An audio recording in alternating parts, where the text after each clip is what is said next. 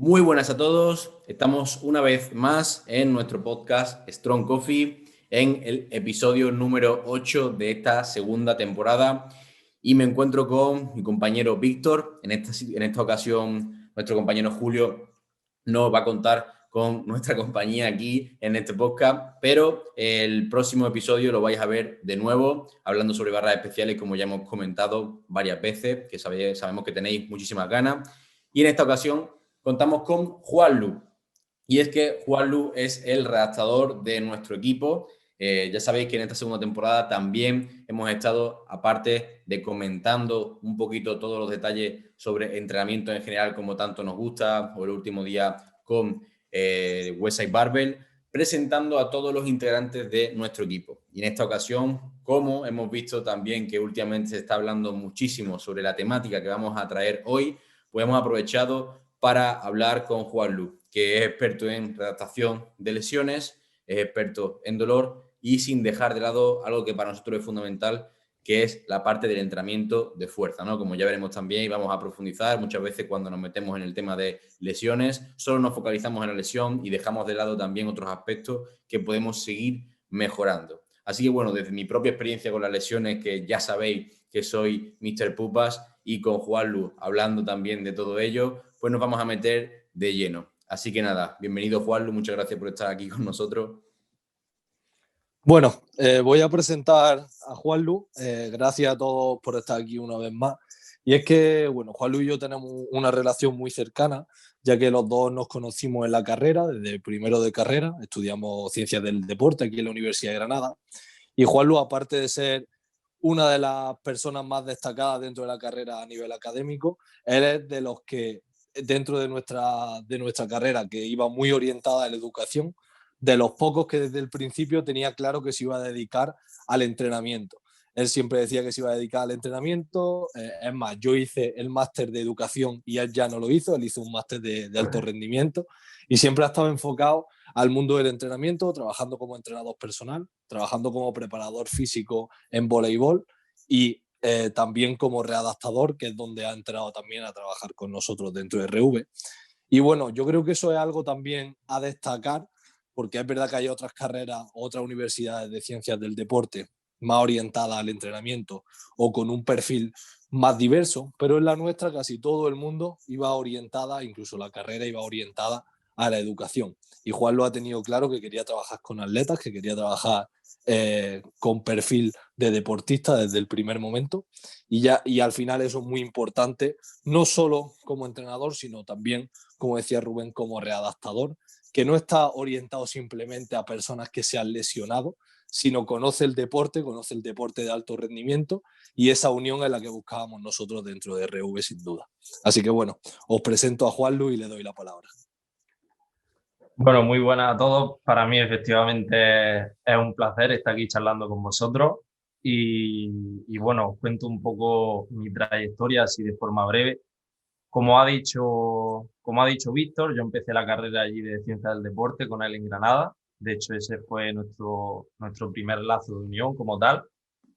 Y es cierto que el perfil de estudiante de esa carrera es gente que suele tener muy claro pues, que va a ser docente o que se va a dedicar a la preparación física. Pero es verdad que yo desde un primer momento tenía claro que ni mucho menos, por ejemplo, me iba a dedicar a la docencia. Mis dos padres son docentes, o sea que yo creo que por eso también lo tenía yo muy claro desde el principio, que no quería algo así. En casa de herrero, Y cuchillo de palo, ¿eh? efectivamente, y menos mal que no me están escuchando ahora, ¿sabes? Eso es un dolor para una madre, ¿eh? Una madre que no quiera a un niño, su hijo ser profesor, tener su puesto fijo, es un dolor, ¿eh? Porque lo digo por experiencia, porque lleva toda la vida la mía también diciéndome lo mismo, vamos, que aunque tenga mi propio trabajo aparte, que por qué no me preparo una oposicioncilla, vamos, como si fuese algo normal, algo básico o algo sencillo. Y yo creo que tendremos 10 años más y nos lo seguirán diciendo. O Guau, sea, increíble. Da igual, y da igual lo que ganes, ¿eh? Da igual lo bien que te vaya, que te lo va a seguir diciendo. Bueno, es que eso el día de mañana puede cambiar. sí, sí, totalmente. Al final es que, yo qué sé, tío, yo ya no sé si es que también desde el colegio nos lo inculcan, nos lo taladran en la cabeza, que tenemos que ser funcionarios sí o sí. Pero es verdad que lo que tú dices, ya puedes ganar 2 millones de euros al año, que easy el día de mañana. Eso es así. Sí, sí. Mis padres yo creo que todavía hasta lo desean un poco, ¿eh? Mis padres son los dos docentes también y hay veces que me dicen, ya vendrá el batacazo y estudiarán las oposiciones. Digo, macho, no digas Me eso, parece que joder. está deseando que te vaya mal para darle la razón, ¿sabes? Y además tú encima has hecho el máster, ¿sabes? O sea, que tienes ahí la mitad del camino hecho, como aquel que dice. Y nada, ya por finalizar un poco, incluso estudiando la carrera, yo ya me orienté mucho hacia el rendimiento en temas de preparación física con equipos de voleibol, pero a su vez también me encantaba la parte de redactación deportiva pues en ese caso, de los jugadores que teníamos allí.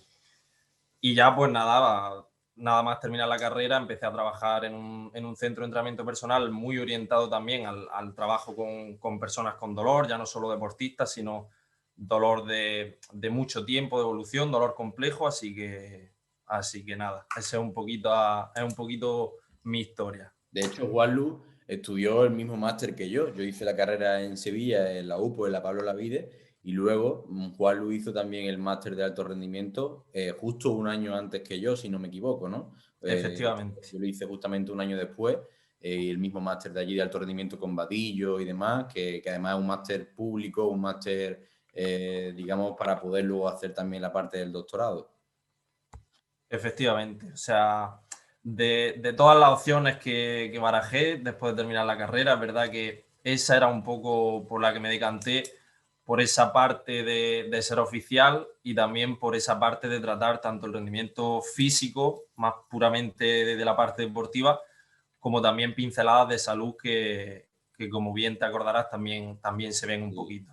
Sí, sí, sí. De hecho, los tres tenemos máster oficial, que es una cosa que todo el mundo te parece que es muy importante tenerlo también y demás. Y bueno, sin entrar, por supuesto, en la parte del precio, que lógicamente no es lo mismo que un máster privado, pero también te dicen mucho que los másteres oficiales se hace por tener la parte de que sea oficial o para poder doctorarte después, pero que no se aprende tanto, no son tan buenos como los privados y sin embargo este que hicimos Juanlo y yo es de los más prestigiosos de España.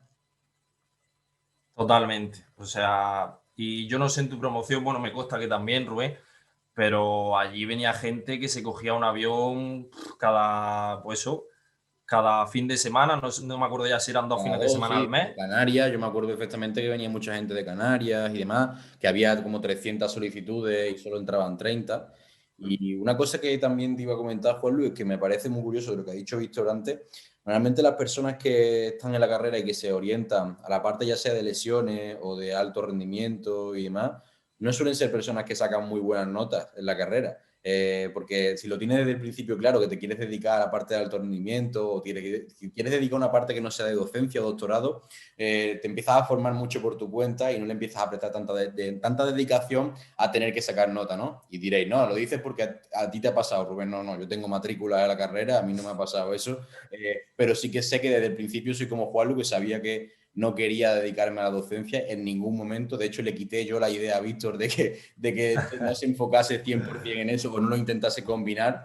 Y me parece también esa parte curiosa, ¿no, Juan?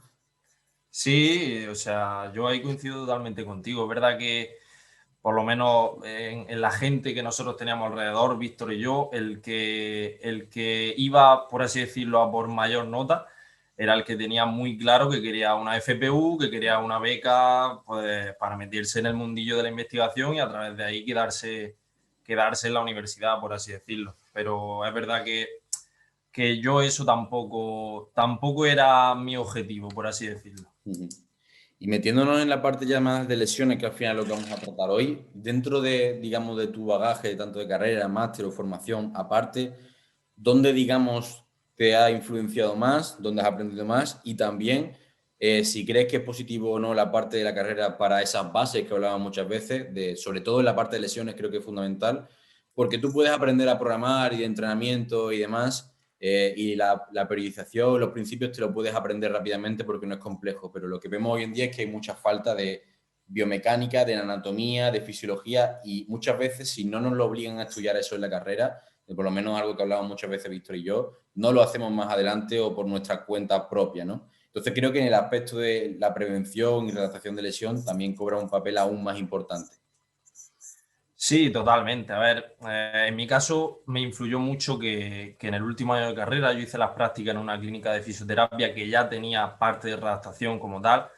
Entonces fue un poco de como un choque de realidad. Ahí es donde yo realmente supe que me quería dedicar a eso. En parte porque yo ahí pensé, hostia, tío, es que no tengo ni puta idea. He hecho anatomía, he cursado biomecánica, pero luego te encuentras con el mundo real, ¿vale?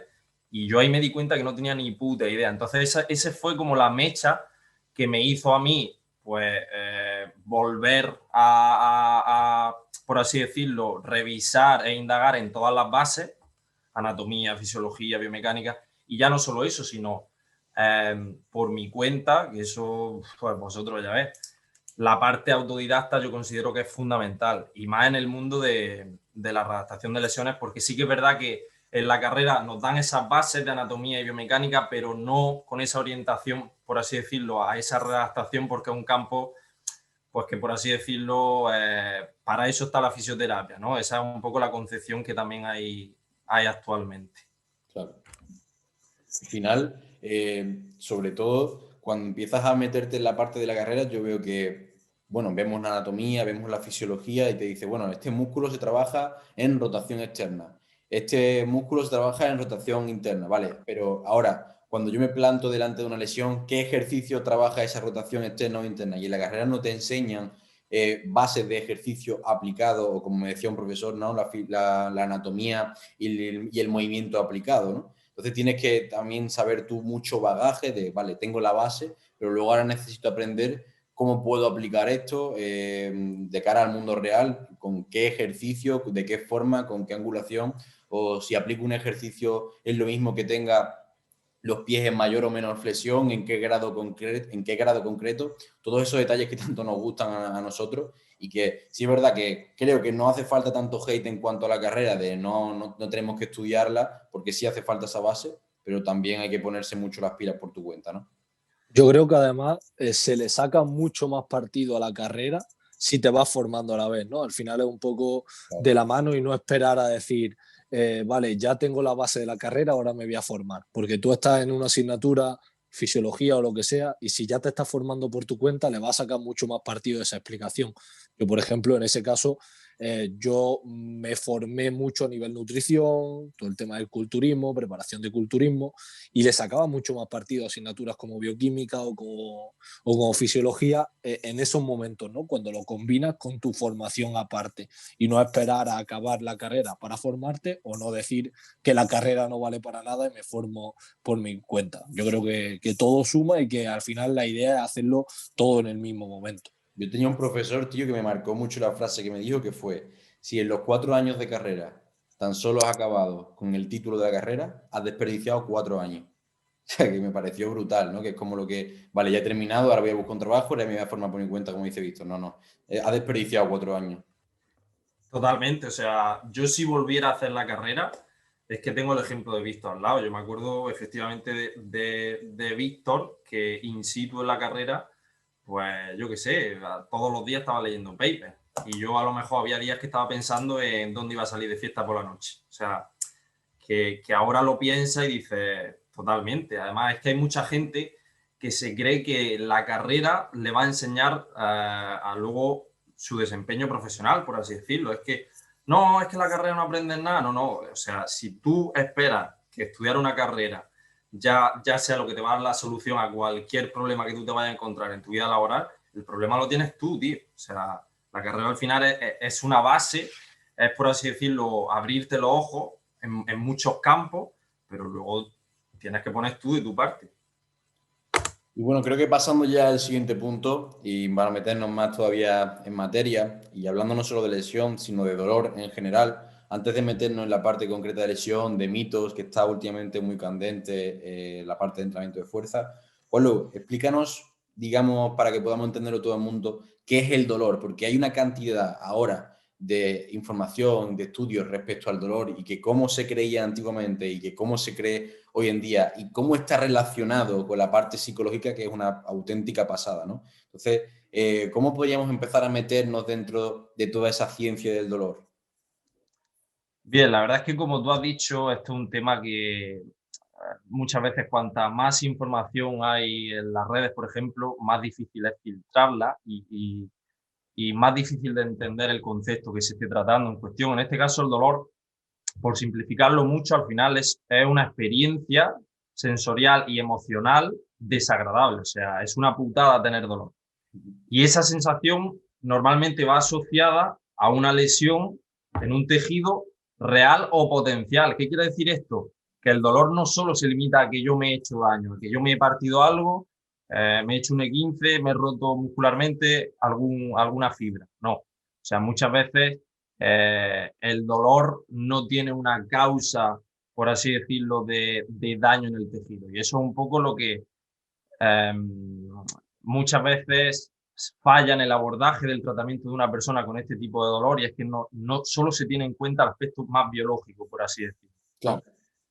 Al final, lo que a mí más me marcó cuando empecé a meterme en el mundo del dolor es no solo verlo como una experiencia desagradable, por así decirlo, sino entender el trasfondo. O sea, ¿por qué tenemos dolor? Al final, el dolor es un mecanismo de protección. Si no tuviéramos dolor, no estaríamos aquí ahora mismo como seres humanos. Es decir, si yo no sintiera dolor cuando me estoy acercando al fuego, me quemaría. Sí. Por ejemplo, si tú no hubieras sentido dolor cuando te rompiste el femoral, tú hubieras seguido tirando y en vez de romperte 2,5 centímetros, a lo mejor te hubieras roto el femoral entero. Claro. Al final, el dolor es un mecanismo que hemos desarrollado que es brutal. Entonces, es curioso lo que has dicho porque, bueno, luego nos meteremos en el caso práctico, pero yo ya había tenido un aviso en el femoral y al cabo del tiempo me volvió a dar más fuerte con ya la rotura gorda, pero es que durante todo ese periodo en medio no había tenido ningún tipo de aviso porque, digamos, la lesión era muy interna, no me llegaba a dar la información de que tenía ningún tipo de molestia o de dolor y por eso también me rompí más tarde, ¿no? Es como si, digamos, no me estaba mandando esa información. Entonces yo no sabía que tenía que parar o en qué momento tenía que parar. Si yo llego a saber, por ejemplo, antes de los 310, que cuando me partí, que con 293 o 95 me iba a doler o me estaba doliendo lo más mínimo, yo no hubiese tirado los 310. Pero como no había notado nada, como tú dices, pues lo tiré. Entonces no había desencadenado ese mecanismo, por así decirlo, de supervivencia, ¿no? totalmente. Y en el otro caso tenemos el caso de Víctor hace poco, con ese aviso en el aductor, ¿no? Claro. Igual, claro, totalmente. Si al final, yo creo que, bueno, ya hablaremos luego con casos más prácticos, pero es algo fundamental y que hay que enseñar al atleta a que no lo tema, ¿no? Sino a que lo utilice y a gestionarlo correctamente. En tanto el caso de Rubén, que no tuvo aviso, con lo cual acabó en lesión, el mío tuve la suerte de tener ese aviso y mucha gente decía, sí, podía haber apretado, podía haber llegado a la competición, no ha sido nada. No ha sido nada o podía haberlo sido, ¿no? Entonces ahí es cuando como atleta o como entrenador de un atleta tienes que ser inteligente y tienes que prevenir y tener sobre todo la idea de a largo plazo y no de una fecha concreta o de un levantamiento concreto. Yo aquí, igual que Juan, me he formado mucho en la parte de dolor. Por desgracia, no fue por mi propia elección, sino por supervivencia propia, ¿no? Que yo desde los 13 me lesioné la rodilla y me estuve muy metido en la parte de fisioterapia y demás, aunque gracias a lo que luego me metí en el mundo del entrenamiento. Entonces también ese aspecto psicológico creo que ha sido la revolución de mis últimos años, aunque desde el principio lo tenía en cuenta, pero no sabía la importancia que tenía y yo llevaba ese aspecto psicológico bien, pero de forma inconsciente, ¿no? Y un aspecto también muy importante, Juan, de lo que has dicho, es que tú puedes tener dolor porque tengas una estructura dañada, por así decirlo. Puedes tener dolor sin la estructura dañada, pero también puede ser al contrario, que esto también es algo que la gente no entiende, que tú puedes tener la estructura dañada y no tener dolor, ¿no? Como se decía que, bueno, ese estudio de que hay casi la mayoría de las personas, la mitad por lo menos, tienen algún tipo de protusión, hernia o afectación en la espalda y son asintomáticas por completo y que un día, al cabo de los años, le da la cara y no es que se haya hecho daño ese día al levantar el peso como creía, sino que lo tenía latente y simplemente pues un día da la cara, como puede ocurrir, por ejemplo, con el cáncer al mutar una célula, ¿no? Totalmente. Aquí ya nos metemos en un mundo que es, la verdad, súper chulo y al final, si entendemos que el dolor, por así decirlo, es un mecanismo de supervivencia, que nuestro cerebro a través del dolor lo que quiere es protegernos, vamos a entender mucho mejor eso que estás comentando. Y es que en tu caso, por ejemplo, tú tienes una percepción de seguridad brutal sobre tu técnica en general, sobre la forma que tienes de entrenar, sobre cómo te conoces, ¿vale? Que a pesar de tener 2 hernias, por ejemplo, la percepción de seguridad que tú mandas, por así decirlo, desde tu cerebro es tan grande que supera, por así decirlo, la percepción de amenaza que pueda suponer esas 2 hernias, ¿vale? Digamos que a la hora de emitir dolor, nuestro cerebro sopesa muchos factores, los factores biológicos, como en este caso pueden ser esa hernia, ¿vale? Los factores psicológicos y los factores sociales.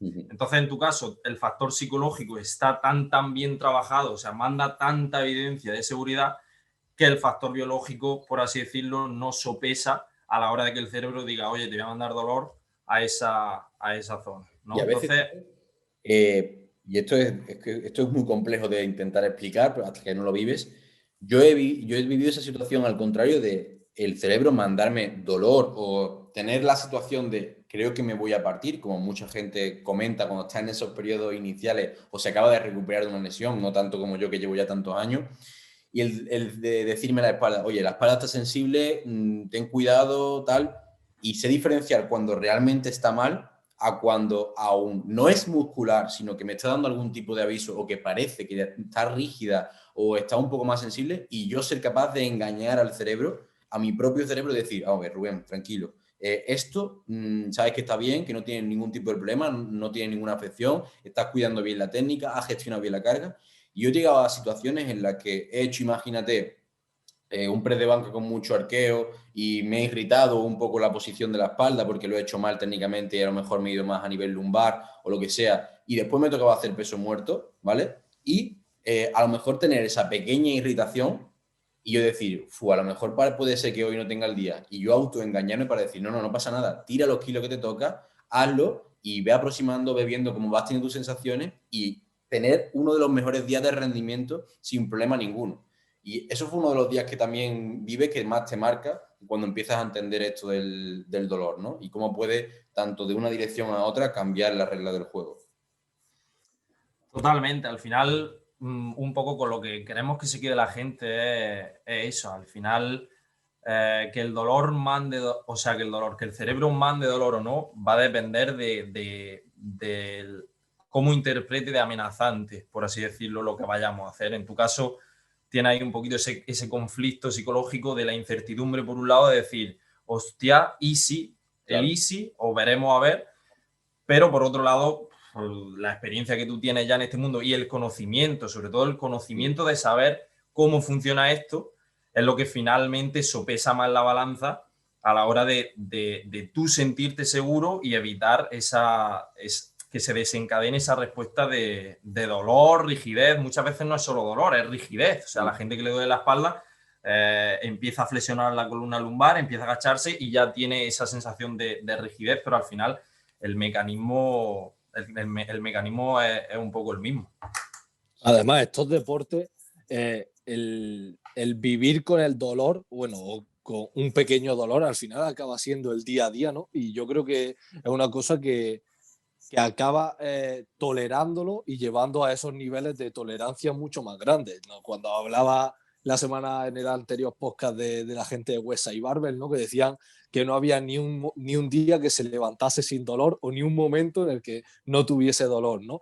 Yo hay muchas veces que sé que a lo mejor tengo una molestia o una rigidez que otra persona o otro atleta mío dejaría de entrenar una semana o me diría, visto, vamos a reiniciar la pruebación que tengo una molestia muy grande. Y para mí es, bueno, pues tengo un poco de molestia, ¿no? Sé que tengo un poco, pero otra persona lo llevaría mucho más grande y algo que se va rodando y que va acabando viviendo con ello, porque aunque no es un deporte lesivo y se sabe que el powerlifting no es un deporte potencialmente lesivo, estás moviendo muchas cargas, sobre todo cuando estás en un nivel alto de rendimiento y que, hombre, que al final tienes que aprender a vivir con relativa molestia o relativa rigidez dentro de tu día a día. Yo lo veo ahí un poco más como que cuando yo jugaba al fútbol, cada vez que jugaba al fútbol, pues si me pegaba un golpe contra el suelo, se me raspaba la rodilla o si me pegaba una patada, pues se me hacía un bocadillo y esas eran mis molestias diarias. Y ahora mis molestias diarias son parte de las agujetas, de tener un poquito más de tensión en la cara anterior del hombro y poco más, ¿no? pero incluso esa parte que ha dicho Juan de educación es que, bueno, es que quiero hablar de tantas cosas porque este tema me parece una auténtica pasada, ¿vale? No es hablar de las típicas lesiones y ya está, sino que es que realmente creo que es una locura. Si yo a día de hoy no estoy formado, no tengo el conocimiento o no me han enseñado qué es lo que ocurre, yo hoy me pego el domingo entero sentado trabajando y luego me levanto y digo, tengo la espalda rígida y me duele. Ayer del peso muerto, algo hice mal. ¿Sabes? No, es que nos reímos, pero los que nos estén escuchando, esta situación no saben por qué ocurre. Y si yo sé perfectamente que por lo que tengo la espalda rígida es porque me he pegado todo el día sentado en el sofá o en la silla, o no me he movido, no he hecho mi cardio de hoy, mi movilidad de hoy o lo que sea, como suelo ocurrir mucho, pues le estoy echando la culpa a otra cosa y yo mismo me estoy autogestionando de qué es eso.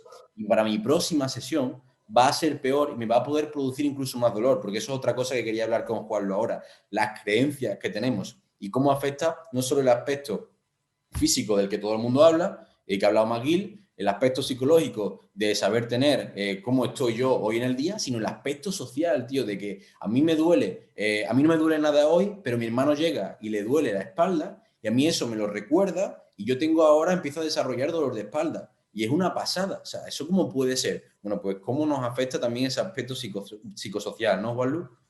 Claro, totalmente. Al final, aquí lo que estamos comentando es otro factor que entra en juego en esta ecuación de desarrollar una respuesta de dolor o no, y son los factores sociales, es lo que tú dices, o sin irnos más allá, las redes sociales están inundadas de nocebos, o sea, los nocebos son, por así decirlo, situaciones o no situaciones, sino gente que dice es que hacer este ejercicio de esta determinada forma es lesivo.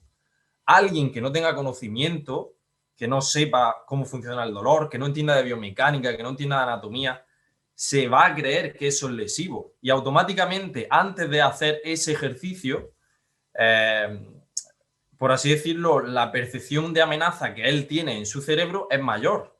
¿Quiere decir eso que vaya a desarrollar dolor sí o sí? No, pero las posibilidades de que su cerebro... Más predispuesto, por así decirlo. Más exacto, exacto. Es como que su sistema de alarma está más alerta, ¿vale? O sea, hasta ese punto tenemos que tener cuidado con el lenguaje. Y es lo que tú dices, al final, esto es como cuando le explica a un atleta el porqué de utilizar una variante en un bloque concreto. O sea, si tú haces al atleta consciente del por qué está haciendo eso, el éxito, por así decirlo, que él obtenga con esa variante en ese bloque probablemente sea el triple, ¿vale? Que si tú solo le dices hay que hacer esta variante y ya está. Claro. Pues con el dolor pasa un poco lo mismo. De hecho, se ha estudiado un montón y se ha visto que el simple hecho de tú explicarle cómo funciona el dolor a una persona que tiene dolor persistente, por así decirlo, de más de 3 meses de evolución, el simple hecho de que esa persona entienda cómo funciona ya baja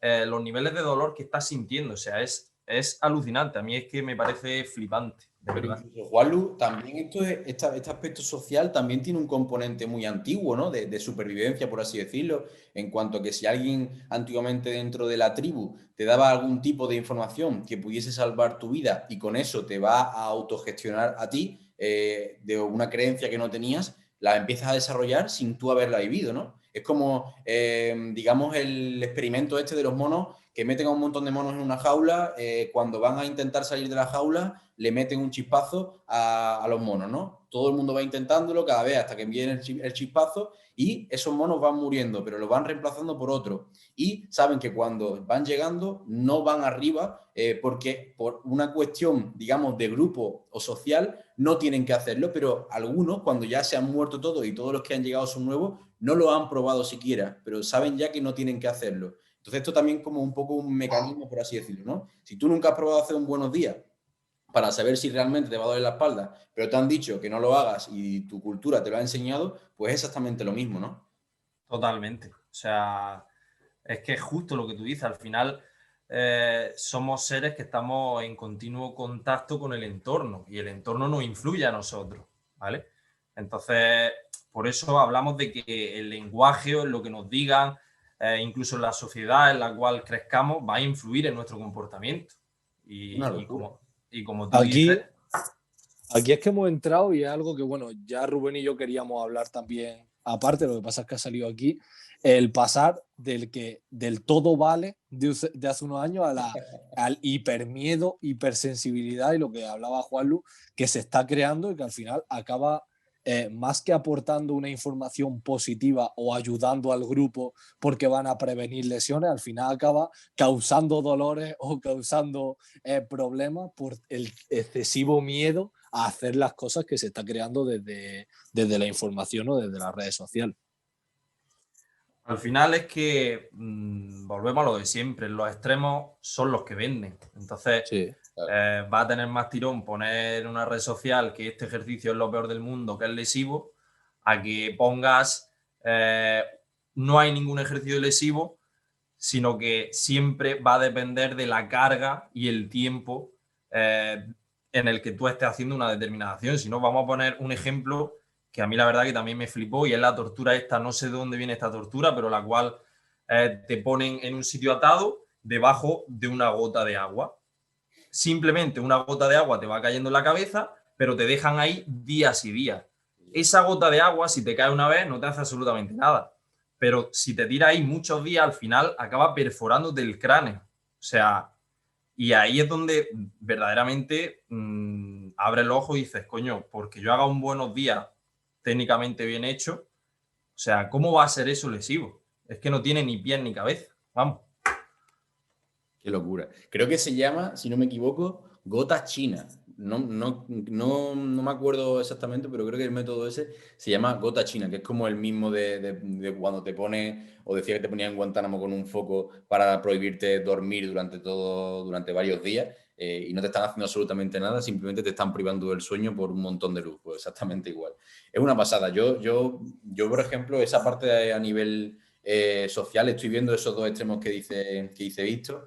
Y bueno, el extremo ya estamos hablando de que haya ejercicios lesivos o que tú puedas decir que este mecanismo es lesivo, como hemos estudiado a lo mejor de McGill, que no le gustan las flexiones de la espalda, y luego nosotros pues sabemos que hay otros extremos que te van a comentar que tienes que hacerla para exponerte a diferentes movimientos y tú hacerte antifrágil, ¿no? Que es un concepto que me gusta muchísimo. Pero también está ese otro extremo que estamos viendo también, no entre las personas que no han estudiado, no tienen conocimiento, sino en las que sí que lo tienen un poco más, que es que el todo vale, ¿no? Y en el que hago el peso muerto con la espalda completamente flexionada, y no estoy hablando de la espalda dorsal, sino de la espalda baja, y yo soy de adamantium y nunca me parto hasta que me parta, o por si tienes la suerte de tener genéticamente esa espalda súper bien desarrollada a nivel estructural, y porque, bueno, tienes esa creencia de que no te vas a lesionar y puedes favorecerlo, ¿no? Pero ni un extremo ni otro, pero bueno, siempre tirando un poquito más a esa gestión de la carga, como decía Juanlu, y que no hay ejercicio más lesivo, sino en el contexto. Pero bueno, viendo esos dos extremos, que como decía Juanlu, son los que venden, tenemos que empezar a entender por qué se dice uno y por qué se dice otro. Y cuando empiezas a entenderlo, es cuando tú ya vas mejorando un poco tu percepción global, ¿no? Desde fuera, y puedes ir orientándote más hacia un lado u otro. Si te llega un levantador que viene de estar con una lesión, porque viene de estar en un entorno súper hipervigilante, que ha tenido un montón de lesiones en su familia, y me dice, no, es que mi padre también tiene hernia, y viene de genética, y yo me he lesionado haciendo el peso muerto, y encima mi madre me está machacando todo el día de que desde el gimnasio, pues lo tengo que tratar de una forma distinta a un levantador que se ha lesionado porque hacía una técnica mala, pero le daba exactamente igual, y él cree que además que termine de la molestia del dolor va a volver del tirón a hacer la misma técnica, ¿no? Entonces, bueno, tenemos que tratar un poco de gestionar esos dos extremos, ¿no, Juanlu? Totalmente, y ahí es que el factor clave desde mi punto de vista es conocer al atleta en este caso. O sea, cuando realmente conoces al atleta es cuando te das cuenta de si es, por así decirlo más, el componente psicológico, el componente social o el componente biológico el que más puede estar contribuyendo a que ese atleta esté desarrollando dolor o que vaya con esa predisposición a desarrollarlo, ¿no? Yo creo que también la corriente del todo vale, por así decirlo, muchas veces porque no tiene una base de conocimiento de la biomecánica y la anatomía. O sea, al final las leyes de la física son las leyes de la física, y la biomecánica nos dice qué posiciones articulares son las que generan una mejor congruencia y, por tanto, menor estrés, por así decirlo, entre esas superficies. Y eso es así. Por eso por ejemplo, en según qué momento de la temporada, o si efectivamente un atleta tiene dolor de hombro, pues optamos por ese agarre más neutro. Todo eso no es porque nosotros no lo inventemos porque sí, es que eso está estudiado, eso nos lo dice la biomecánica también. Que al final no puedas demostrar, que ocurre algo o que este mecanismo sea lesional porque no haya demostrado un estudio, no significa que a la larga no pueda ser potencialmente lesivo o que entonces por este motivo podríamos estar tirando cargas pesadas y en posiciones ineficientes continuamente sin ningún tipo de problema. Sin embargo, sabemos que los tejidos tienen que sanar, que hay cosas que no podemos demostrar o que no podemos ver actualmente, que nuestro paradigma no lo puede demostrar científicamente como lo entendemos ahora mismo y nos apoyamos en la base, ¿no? Como decía Juanlu, en la lógica. Exactamente.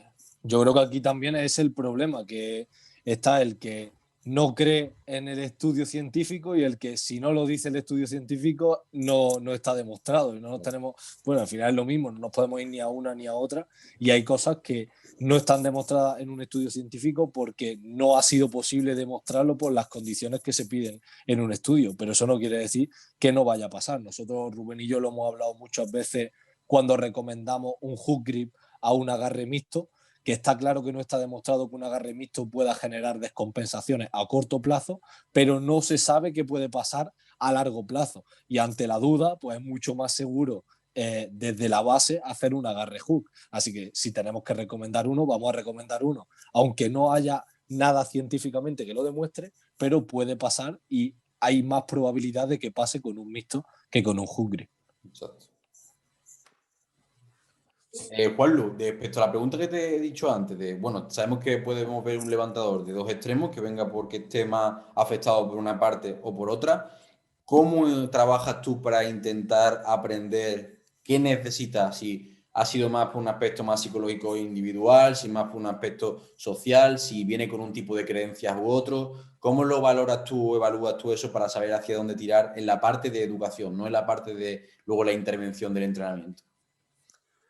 Pues en mi caso concreto, al final, como vosotros bien explicáis en el curso, por ejemplo, siempre tenemos que partir desde una valoración inicial y en estos casos sí cabe más importante todavía. Al final, volviendo un poco a lo que hemos comentado de los tres factores, por así decirlo, que pueden tener influencia en el dolor, si tú no haces una valoración inicial y preguntas específicamente acerca de cada componente, por así decirlo, por ejemplo, en el aspecto psicológico, ¿te crees capaz, por así decirlo, de manejar, por así decirlo, el dolor? ¿Piensas que el dolor es superior a ti? En fin, cuando tú haces una serie de cuestiones, ¿vale? Relacionadas con este bloque, por así decirlo, es cuando tú ya sabes la línea de trabajo por donde tienes que abordar a ese atleta. Efectivamente, si otra pregunta puede ser, ¿crees que este ejercicio es lesivo? ¿O crees que si haces este ejercicio de esta forma te vas a hacer daño? Entonces, la respuesta del atleta es lo que va a marcar la forma de abordarlo en este caso y por dónde vaya a orientar esa educación en dolor, por así decirlo.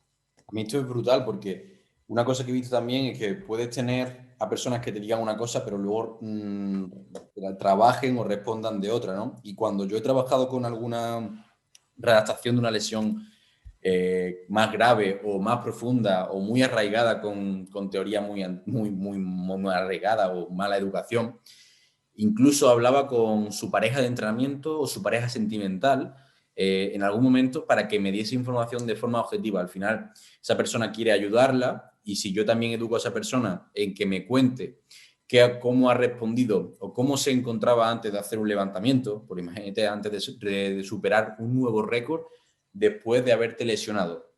Me lesioné con 200 kilos, eso supone una barrera mental y voy ahora a afrontar 205 kilos. ¿Cómo se encontraba esa persona antes? Porque a veces no me lo cuenta. Verlo un poco desde fuera y que me den una opinión externa de alguien que está cerca, porque yo eso lo veo mucho, ¿no? Yo entreno con algunos de mis levantadores, entreno con Amira, entreno con Irene, entreno con Ale o cuando alguien viene a visitarme. Si han sufrido alguna lesión, puedo ver perfectamente la cara que traen antes incluso de empezar, desde el propio calentamiento. Puedo ver la cara que ponen justo al terminar una serie de aproximación, porque si se están encontrando con mejor o peor sensación, o cómo se están sintiendo en todos esos aspectos, ¿no? Entonces creo que también es muy importante saber diferenciar y tener esa mano de experiencia de si lo que me dice es cierto o no, si me lo está diciendo simplemente por cumplir y cómo está respondiendo. Porque si la cosa va bien, perfecto, pero cuando empieza a ir mal y no sabes qué está ocurriendo, debes aprender por dónde tirar por otro lado, ¿no? Y eso me lo ha dado también mucho la experiencia en ese aspecto. Totalmente, o sea, eso es un aspecto clave que además depende mucho del perfil de atleta o de persona en general con la que te encuentres. Y es verdad que de primera hay atletas o personas en general que se abren, por así decirlo, desde el principio y es mucho más fácil trabajar con ese tipo de personas. Pero ahí está lo que tú dices de tener un poco esa mano izquierda para conducirlo por donde tú quieres y que al final acabe contándote esa información que es necesaria para ti a la hora de tú abordar ese dolor o esa lesión con esa persona. Y una de las herramientas, por supuesto, es apoyarte en su círculo más cercano, como tú has comentado en ese ejemplo. Al final yo creo que también tenemos que entender que somos seres humanos y si efectivamente tú metes la mano en el fuego y te quemas, vas a intentar evitar hacer eso otra vez. Entonces, si un levantador se ha lesionado con 200 kilos normal, es normal que vaya con esa incertidumbre y ese run de, hostia, veremos a ver si no me pasa otra vez, ¿vale? Y entonces ahí es verdad que nosotros, como esa persona que está llevando a ese atleta, yo creo que cobramos un papel fundamental a la hora de generarle esa seguridad y esa tranquilidad y esa confianza de, oye, hemos hecho bien las cosas, hemos gestionado bien la carga, la técnica está de puta madre, no va a pasar absolutamente nada, ¿no? Aquí, además, yo lo que decía con esa seguridad, creo que es fundamental cuando hay un dolor, hay un problema, tener un profesional en el que confía al 100%, porque yo he tenido atletas que me han dicho, Víctor, llevo con mucha molestia en la sentadilla, no sé qué, no sé cuánto, y el hecho de que yo le diga, mira, vamos a hacer esta variante, esta, y ya verás como en este rango no te duele porque he trabajado con otros atletas, no te va a doler. Y hacer ejercicio, Dios, no me ha dolido nada. Seguramente si esa variante la hubiese hecho él hubiese dicho, voy a probar hoy a hacer esta variante. Le habría dolido, porque hubiese ido con la seguridad de, me va a doler, pero como iba con la seguridad de que yo le había dicho que estoy 100% seguro de que no le va a doler, no le dolía, ¿no? No tenía esa alarma. Y aquí siempre decimos que creemos que es fundamental que todo atleta tenga un entrenador si quiere sacar su máximo partido al rendimiento, igualmente o más cuando hablamos de dolor, para tener esa fe ciega, por así decirlo, o esa confianza extrema en otra persona y sacar el modo robot y solo tener que ejecutar y confiar. Es que justamente iba a decir, a veces Víctor me da asco porque dice exactamente lo que yo tenía en mente. Cuando estaba escuchando hablar a Juanlu, justamente lo que quería decir es cómo el símil de incluso un entrenador debería tener un entrenador y cómo alguien que se lesiona, aunque sepa de lesiones, aunque sea entrenador, aunque sea fisio, aunque sea lo que sea, un médico necesita un médico, ¿no? Pues aquí en este caso exactamente igual. Yo cuando he tenido una lesión, recurrido siempre a que alguien me ayude a pesar de que tuviese toda la experiencia de todos estos años, ¿no? Ya sea con la espalda, que me han ayudado gente como Ángel Cifo o como Fran de Fisiocontrol, que de aquí les mando un saludo y de forma online, cuando hace unos años nadie trabajaba online y yo, desde que me lesioné, ya estaba trabajando y confiando en ello, porque claro, yo tenía unas ganas horribles de recuperarme, o cuando me lesioné el isquio con Juanlu, siempre apoyaban a alguien, pero es que aunque tú sepas lo que estás haciendo, que tengas ese sesgo de confirmación, de que te digan exactamente que realmente vamos haciendo los pasos que tocan, tener esa visión externa. Si yo no me acuerdo de ver de que este paso tenía que hacerlo y me lo he saltado, o tengo más prisa o menos prisa de la cuenta. Esa parte de saber que estás haciendo bien el camino y tener a alguien que te vaya llevando de la mano, por así decirlo, hasta el momento que tú ya puedas soltarte, es fundamental. Sí, al final es que eso es clave porque aquí estamos hablando de una sensación, por así decirlo, desagradable. Es decir, toda persona que tiene dolor, no le puedes pedir que, por así decirlo, vea su propio caso desde un punto de vista objetivo. Es imposible. Al final, estar sintiendo dolor durante mucho tiempo hace que incluso altere tu forma de pensar, incluso que desarrolles kinesiofobia, es decir, que te dé miedo a hacer un determinado gesto. A pesar de que tú sepas mucho de dolor y tú sepas que eso no es así o eso no te va a hacer daño, pero lo dicho, al final esa sensación subjetiva es normal que acabe distorsionándote un poquito cómo ves tú la realidad. Y yo también pienso que es clave ponerte en manos de un profesional que vea, por así decirlo, tu caso con perspectiva, porque a la hora de tomar decisiones no va a estar influenciado por una sensación negativa como es tener dolor, ¿no? Totalmente, totalmente. Bueno, hasta aquí ahora un poco hemos estado metiéndonos en toda esa parte del dolor tan compleja, tan teórica. Ahora quiero que nos metamos de lleno, que al final nuestra mayoría de público están del mundo de la fuerza, del mundo del powerlifting. Hay muchos mitos alrededor y sé que muchos vais a decir, pero bueno, Rubén, eso ya está superado.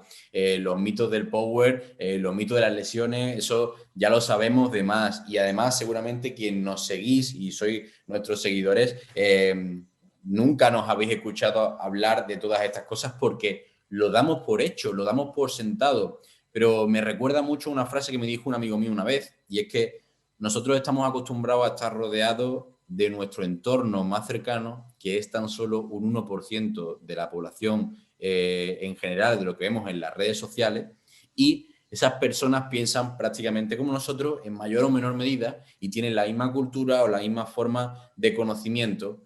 Pero en cuanto sales de tu burbuja te das cuenta de que no todo es así. Y yo salgo de mi gimnasio y me voy a un gimnasio comercial y empiezo a escuchar las mismas burradas que escuchaba hace 10 años. Empiezo a escuchar los mismos mitos que escuchaba hace 10 años también. Y se repite todo una y otra vez porque no hay tanta educación como realmente nos creemos, ¿no? Entonces nos vamos a meter en esto porque últimamente ha habido también otra vez una polémica, incluso en nuestro entorno del fitness, en el que se decía que X ejercicios son lesivos, de que no deberíamos usarlo, de que incluso se nos pone por talibanes, porque lo decimos porque se han sacado imágenes incluso de Víctor, ¿vale? Haciendo estos ejercicios. Y nosotros somos muy defensores de ejercicios raros y soy muy defensor de una filosofía antifrágil de hazte fuerte en todos los ángulos y posiciones posibles, solo que gestionando la carga. No voy a hacer un peso muerto como hago con 300 kilos y voy a intentar hacer con 200 un Kurt Jefferson, ni mucho menos, ¿no? Pero sí hago mi Kurt Jefferson con 50 o 60 kilos, ¿no? Entonces, esto es un ejemplo. Entonces, ¿cuáles son los mitos que nos encontramos hoy en día o de los que se ha hablado tanto? Pues de nuevo, el que más se va a repetir es el de esta lesión de la espalda, de esta hernia tan temida y que además se genera un catastrofismo brutal en el que te dicen que es lo peor que te puede pasar en la vida después de que te arranquen la cabeza. O sea, que tú imagínate el punto en el que te digan que si te van a diagnosticar una hernia o una protusión, que señores, es muy probable que en algún momento de tu vida te lo digan, pues para ti te han jodido la vida. O sea, simplemente aunque te lo hayan dicho con 20 años y te lo diagnostiquen con 40, te vas a acordar de lo que te dijeron con 20 y te han jodido la vida. Pues eso no es así. No es tan catástrofe como nos dicen o como parece ser, ni muchísimo menos, ¿vale? Entonces, bueno, este es el primero de los mitos y quería hablar, pues bueno, de esa flexión de la espalda, de esa flexión de la columna o incluso de cargas axiales, Juanlu. Sí, al final aquí volvemos un poco a lo mismo y yo creo que es fundamental tener claro el concepto de tolerancia a la carga. Es decir, nosotros no somos un castillo de naipes que nos soplan y nos caemos. O sea, es verdad que según qué estructura tienen mayor o menor tolerancia a la carga y según en qué posición se coloquen, esa tolerancia a la carga también va a cambiar. De ahí la técnica óptima de un ejercicio u otro, ¿vale? Pero totalmente, en relación con esto, que tú hagas un Kurt Jefferson con X kilos, no quiere decir que ya por eso esa flexión de columna va a provocar una hernia en el disco. O sea, al final somos tejidos vivos y tenemos la tremenda capacidad de adaptarnos, ¿vale?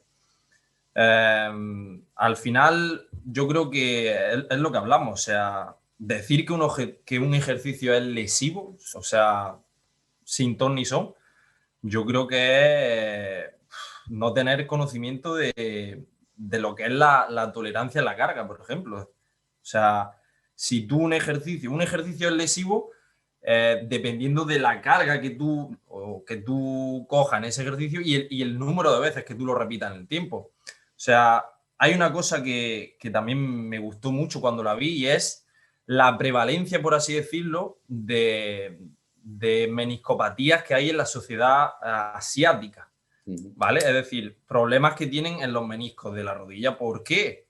Porque en esa sociedad la cantidad de tiempo que se tiran de cuclillas es bestial. O sea, prácticamente es su día a día, ¿vale? Por eso ahí hay una prevalencia mayor de degeneración, por así decirlo, de los meniscos que en otras sociedades que no se tiran tanto tiempo en esa misma posición. Pero que no ¿Vale? tiene por qué significar que les duele la rodilla. Nada, por supuesto que no. Es que son cosas distintas, ¿vale? Es que eso es lo que nos cuesta tanto discernir, por así decirlo, en la cabeza, ¿vale? Lo que pasa es que lo fácil es, te duele la espalda, es porque has hecho un buenos días. Te duele la espalda, es porque has flexionado la columna. Pero es que no nos tenemos que ir más lejos. O sea, ¿cuántas veces te ha dicho tu madre o tu padre, niño, no te agaches así a coger eso que te va a hacer daño en la espalda?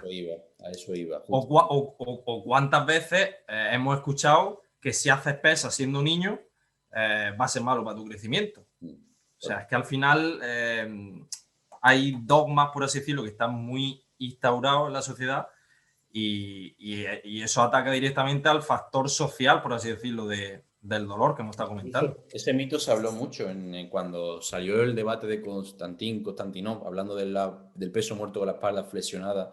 Se habló mucho también de ese ejemplo, ¿no? De cómo se ha demostrado que el cuerpo busca la eficiencia y que puede ser más eficiente, no, que es más eficiente coger un objeto en nuestra vida cotidiana con la espalda flexionada que agachándonos y haciendo una flexión de cadera más pronunciada y una flexión de rodilla más grande, ¿no? Entonces, hasta ese punto, o sea, nuestro cuerpo es muy inteligente y sabe tomar la decisión correcta en el momento correcto, sobre todo en nuestras tareas cotidianas, ¿vale? Fundamental. Entonces, esa tolerancia a la carga en un gesto en el que vamos a levantar del suelo medio kilo, 1 kilo, 2 kilos, 3, sabemos de sobra cómo hacerlo, ¿vale? Porque además nos hemos expuesto mucho a ello y durante mucho tiempo a lo largo de los años. Entonces, eso es otro mito muy, muy común y que ya va determinando un poco todo nuestro pensamiento que vamos teniendo. Pero como decía Juan, lo que tengan los asiáticos una prevalencia mayor de meniscectomía no significa ni muchísimo menos que tengan que tener ningún tipo de dolor, igual que el ejemplo de la hernia o de la espalda, ¿no? Entonces, los ejercicios de flexión de cadera, los ejercicios de flexión profunda de rodilla, los ejercicios de flexión de la espalda no tienen por qué ser lesivos.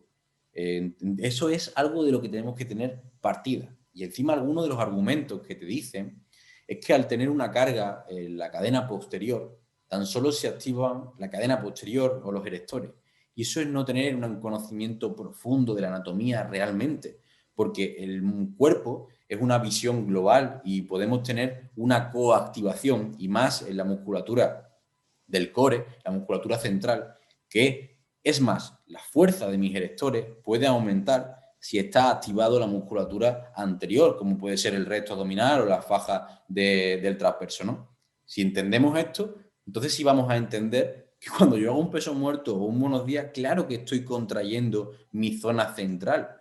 No significa que mi electromiografía marque que se está trabajando más y activando más los erectores. Por supuesto, porque es lo que estamos buscando. Pero no significa que no tenga apretado mi abdomen o mi parte anterior y que esté flácida. Yo hago una sentadilla sin apretar el abdomen, sin focalizar en crear tensión, y tengo mucha tensión en las lumbares y me duele la espalda o aumenta mi rigidez, porque no tengo ese control global, no estoy implicando al cuerpo de forma general y no estoy haciendo bien la técnica, ni estoy repartiendo esa tensión o estrés que estaba diciendo Juan Luz de la carga en el resto del cuerpo. No estoy descargando esa tensión y repartiéndola por todas y cada una de las articulaciones y puede recaer tan solo en una zona. Pero claro, entonces tenemos que diferenciar las afirmaciones que decimos de un principiante a un avanzado. Que una persona no sepa activar su abdomen durante una sentadilla o un buenos días y toda la carga se vaya a la cadena posterior y a los erectores,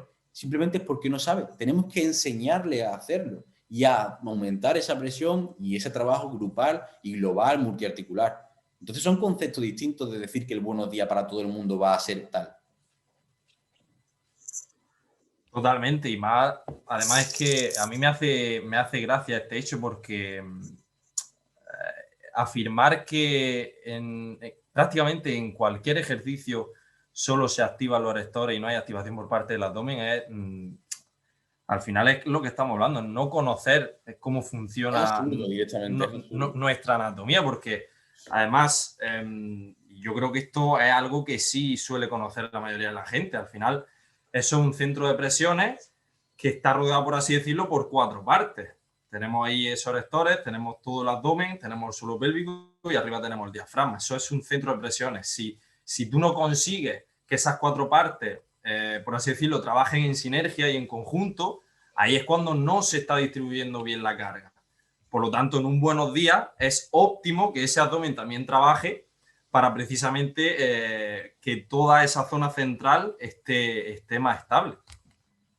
Al final aquí, El problema está en que ven, los argumentos se están dando de una forma totalmente local, ¿no? O localizada, que es el problema, que no se ve desde un punto de vista más amplio. Simplemente atacan a una cosa y dicen, ¿para qué hacer buenos días si puedes hacer una flexión de rodilla y trabajar la musculatura de los isquiosurales? Al final no es para qué, el para qué no es la cuestión. De esa forma no puedes argumentar nada, no puedes decir, ¿se puede trabajar de otra forma? Pues vale que se pueda trabajar de otra forma, pero eso es verlo de una forma totalmente localizada. Es como decir, no voy a enseñar a hacer control del abdomen si puedo hacer un crunch. Es un argumento totalmente inútil y totalmente localizado y sin entenderlo desde un punto de vista global y desde, pues eso, de una conexión entre musculatura y desde el cuerpo humano como una unidad.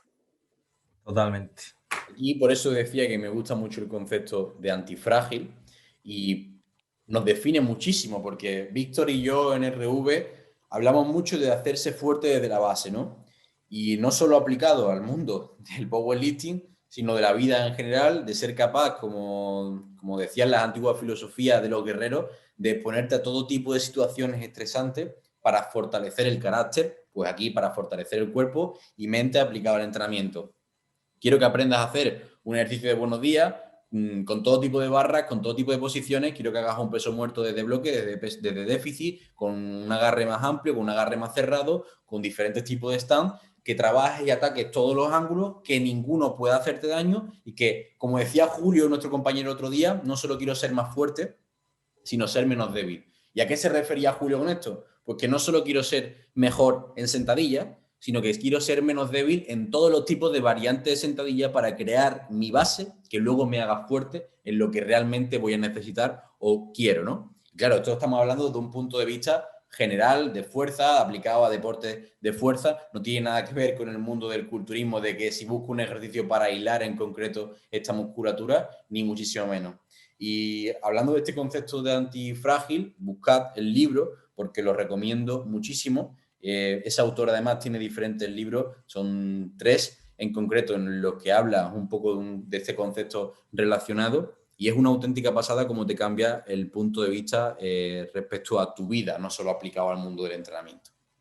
Y acabando ya con esta parte de todo el tema de dolor en el powerlifting y llevándolo como último a nuestro ambiente, queríamos hablar un poco también de, Juanlu, a ver qué opinas tú de muchas veces, pues bueno, cuando aparece un dolor o aparece una molestia, siempre está la duda del atleta de ¿qué hago ahora? ¿Paro o no paro? ¿Qué alternativas tenemos? ¿Qué soluciones propones tú? ¿Cómo sueles abordar tú cada situación? Cuéntanos un poco qué opinas en estos casos.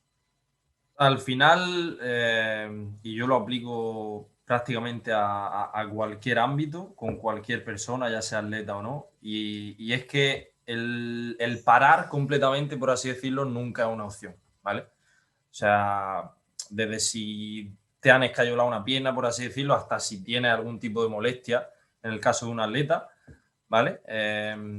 Parar por completo nunca es una opción. En el caso de un atleta, ¿vale? Es un caso más especial porque al final, cuando un atleta desarrolla un dolor, ¿vale? Al final, si tú paras, lo estás alejando de aquello que más le gusta, ¿vale? Entonces ahí es donde entra, por así decirlo, también ese factor psicológico, ¿vale? Dicho esto, como también hemos dejado caer antes, al final cuando un atleta tiene dolor, siempre podemos jugar con la gestión de la carga, ¿vale? En ese patrón de movimiento concreto. Por ejemplo, si estamos hablando de la banca, ¿vale? Vamos a poner el ejemplo de la banca. También, ¿qué podemos hacer? Podemos jugar con el ROM, ¿vale? Sabemos que acortando el ROM en la banca, el estrés sobre la glenohumeral va a ser mucho menor que si llegamos con la barra al pecho. Podemos utilizar herramientas especiales. Podemos utilizar otro tipo de barra también, como muchas veces ha explicado Rubén. Entonces, como digo, hay muchísimas alternativas, ¿vale? Antes de llegar a esa opción, ¿vale? Tan extrema y que nunca vamos a querer de parar. Otra alternativa que se me ocurre ahora mismo es cambiar la técnica. Por ejemplo, el caso de Rubén. Rubén sabe, por así decirlo, que ha tenido ese eslabón débil, por así decirlo, anteriormente, que ha sido la espalda, y su sentadilla, pues, por así decirlo, mucho menos dominante de cadera, ¿vale? Que tenemos un problema en la rodilla, pues vamos a cambiar una barra alta, vamos a abrir más el stand y vamos a jugar más con desplazar más carga a la cadera. Al final, como digo, tenemos muchísimas herramientas antes que llegar al extremo de decir, mira, paro, ¿vale? Pero claro, para utilizar todo este tipo de herramientas que estamos comentando, es donde tienes que tener, por así decirlo, el conocimiento, ¿vale? Claro, se trata un poco de buscar la solución en que sea, ¿no? Que ya sea modificar la técnica, modificar el ejercicio, modificar la gestión de la carga, que sería básicamente pues, reducir la frecuencia, reducir el volumen o reducir la intensidad, y ya sea jugando con todo ello y en mayor o menor medida hasta que demos con la clave. Si solo cambiando el ejercicio y disminuyendo la intensidad remite, pues empiezo a jugar desde ahí. Si solo cambiando, digamos, la técnica, pero también necesito no solo la intensidad, sino también el volumen y la frecuencia, pues jugamos desde ahí. Si hacía 3 días de banca y ahora solo tengo que hacer uno, y con una técnica en vez de con un press abierto, con un press cerrado y en board, pues es un ejemplo. Y si ya llegamos al último extremo en el que tengo que parar una semana de hacer press de banca, pues me dedico a focalizar mi atención en la sentadilla y en el peso muerto. Que al final se trata de no parar, pero de una forma u otra. Hay muchas formas de significa de no parar y de lo que esto puede suponer, ¿no? Y esto es con lo que tenemos que quedarnos y sobre todo fijar nuestra atención en no estar hipervigilante de la lesión y solo pensar en ello, sino aprovecharlo como una oportunidad. Si yo me lesiono la espalda y no puedo hacer peso muerto, voy a ser el mejor prep-banquista del mundo. Y viceversa. Eso es con lo que os tenéis que quedar. Haceros antifrágil, como decíamos, y buscar la opción necesaria para poder seguir continuando, ¿vale? Porque al final la mente es lo que va a ser lo más importante. Sí, aquí yo creo que es muy importante, como decía Rubén, sacar el objetivo. Que tenemos una molestia y tenemos que reajustar todo, cambiar rangos de movimiento, tal, pues en vez del objetivo sea a ver cómo va la molestia, a ver cómo mejora mi molestia. No, céntrate en voy a ser el mejor en este rango de movimiento, o ahora no puedo hacer sentadilla, pero voy a ser mejor en peso muerto, o ahora no puedo hacer ni sentadilla ni peso muerto, pues voy a hacer mejor la banca. Aunque esté haciendo la sentadilla y el peso muerto más light o adaptado, centra el objetivo en lo que puedes hacer bien o en lo que puedes maximizar los resultados, porque de esa forma ya no solo va a mejorar también tu rendimiento, sino que seguramente va a recuperarte mucho más rápido de la lesión, porque va a estar menos sensible y va a salir todo más fluido y de una forma más natural. Y un mensaje muy importante que es que yo no sé qué ocurre, aunque bueno, tenemos teorías, ¿no? Pero muchas veces cuando nos lesionamos volvemos mucho más fuertes. Y si tuviese que apostar por algo es porque nos hacemos más fuertes en esa base, como decíamos, y que si somos atletas a veces veníamos de demasiado estrés, demasiada implicación y además no valoramos suficiente las cosas como después de una lesión larga.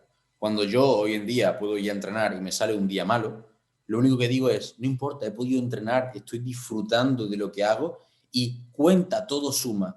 Mejor que estar parado. Cuando tú has estado tantos meses sin poder entrenar y has tenido un día malo, no pasa nada. Has tenido una lesión de una semana, eso es una mierda. He tenido una lesión en el isquio que me ha tenido parado 3 veces en un año, no pasa nada. Yo he estado 3 liado con la espalda.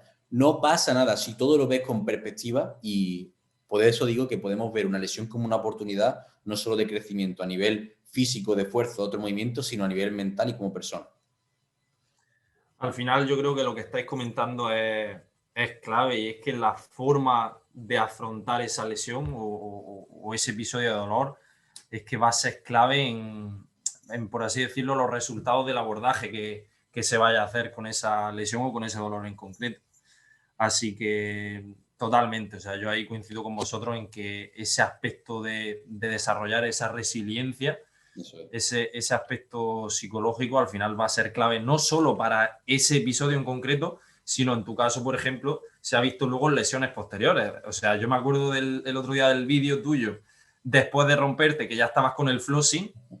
Claro, y eso a ti te lo ha dado el camino que ya llevas recorrido. O sea, probablemente otro atleta que le pasara por primera vez se hubiera ido al hospital y se hubiera ido con un catastrofismo del copón.